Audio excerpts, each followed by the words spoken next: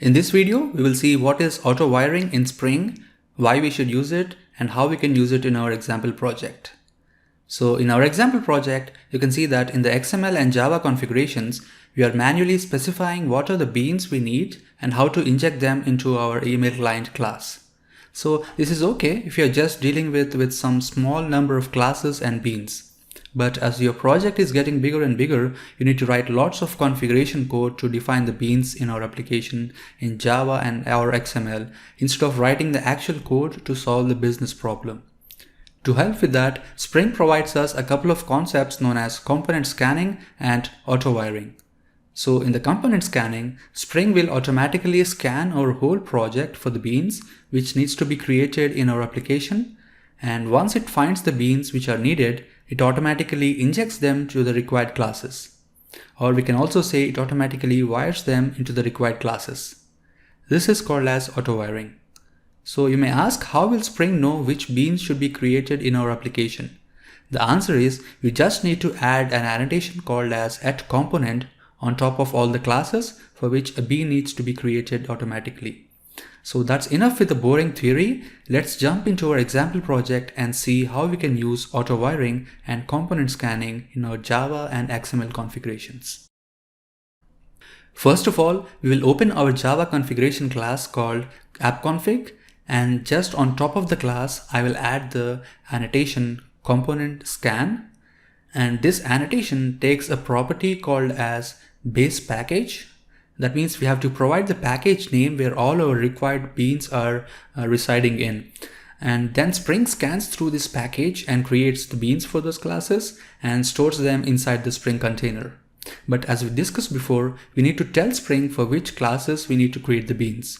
You can do that by using @component annotation. So here in our project, we want to create the beans for our basic and advanced spell checker objects and also the email client objects.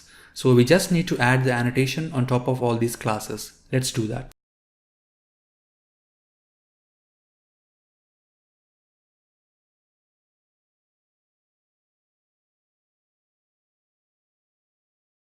And back inside the appconfig class, we can now just comment out the @bean annotation code we have written before, because we don't need to manually define our beans anymore.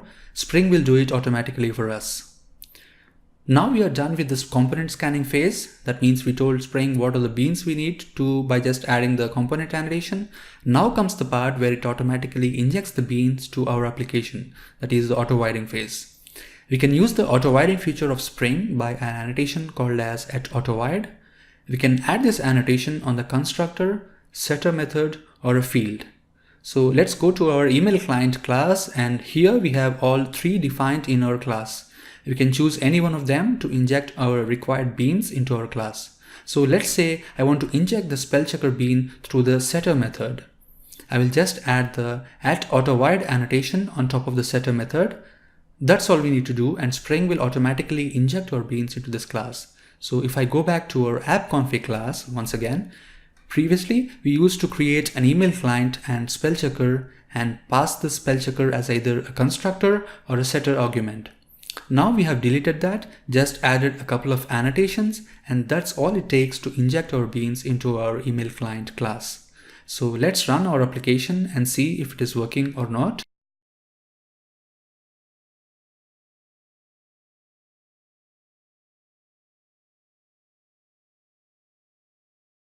Uh-oh, something's wrong here. We got an error message. Let's see what it is. So it says, no unique bean definition exception, no qualifying bean of type spell checker available, expected single matching bean, but found two, advanced spell checker and basic spell checker. Let's understand what this error message means. So Spring is actually trying to auto-wire our spell checker object through the setter method, but it turns out that spell checker is actually an interface, and this interface has of course two implementations, advanced and basic spell checker, which are both components. That means Spring was trying to inject one of the spell checker beans into our email client class, but found two beans instead of one. That's why it was confused and threw an exception. We can solve this issue in actually two ways. So the way auto wiring works is we can auto wire our beans into our class using a type or a name. So what do you mean by this? If we go to our email client class, I can directly either inject a spell checker or advanced spell checker object. That means we are defining the type of the spell checker we need in our class. Let's do that and run our application.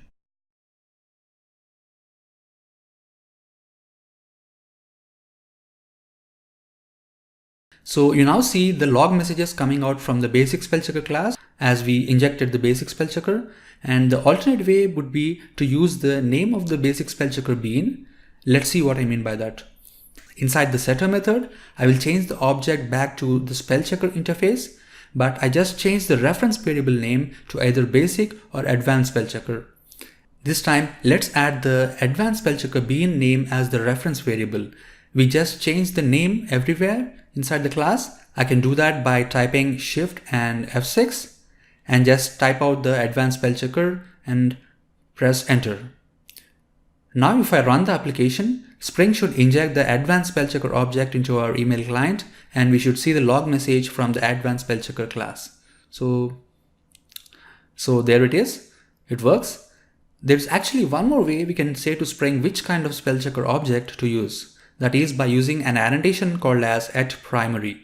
That means if you want to always use advanced spell checker in our application, you can just go to the class and add @primary annotation on top of it, and Spring will always create a bean of type advanced spell checker whenever it is creating the email client class. To test this annotation, we have to go back to the email client class and let's reset the setter method configuration. That means I will change the reference variable name back to spell checker. Now if I run the application again, Spring should always inject the advanced spell checker bean. Let's see if this is the case or not. So as you can see, we see the log messages again from the advanced spell checker class. Let's also quickly change the @primary annotation from advanced spell checker to basic spell checker class and run the application. This time we should see the log messages from the basic spell checker. And yeah, this also works. I hope you understood how autowiring works in Spring. If you like this video, please subscribe to my channel for more tutorials like this. I have lots of contents planned in the future. So right now I am planning to create a Spring MVC tutorial using a project-based approach. If you want to see any other tutorials, please write them in the comment section and I will try to add them to my backlog. So I will see you in the next video. Have a good day and goodbye.